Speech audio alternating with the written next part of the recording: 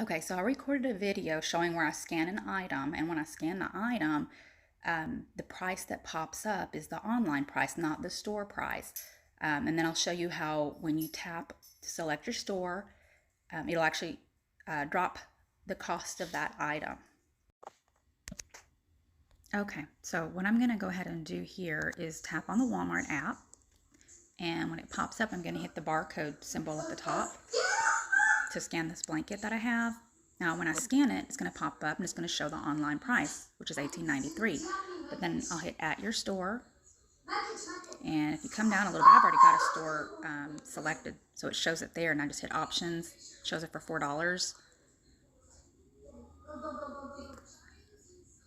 And now when I went to this store location where it showed for $4, this particular item did ring up for $4 at the register, but I got another blanket which was a different pattern.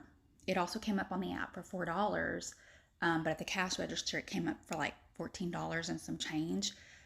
So I asked the employee there if they could match it based on the fact that it showed on the Walmart app at my store or at that store for $4. Now, that employee, she was pretty nice, and she said, "Yeah, let's go talk to my manager and see what we can do." So we walked over to her manager, and her manager pulled out her phone, and she said, "Well, let me scan it with my Walmart app." And this was on her personal phone. Of course, I already know when she scans it, it's going to show the online price.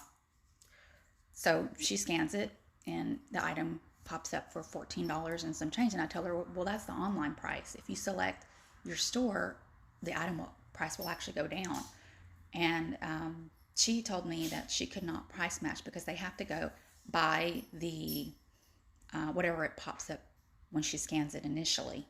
I just dropped it at that point because there was a long line of customers, and I just didn't feel like dealing with it at the moment. Plus, I didn't really know, being that I'm new to this, whether she was right or wrong, or whether I was right or wrong.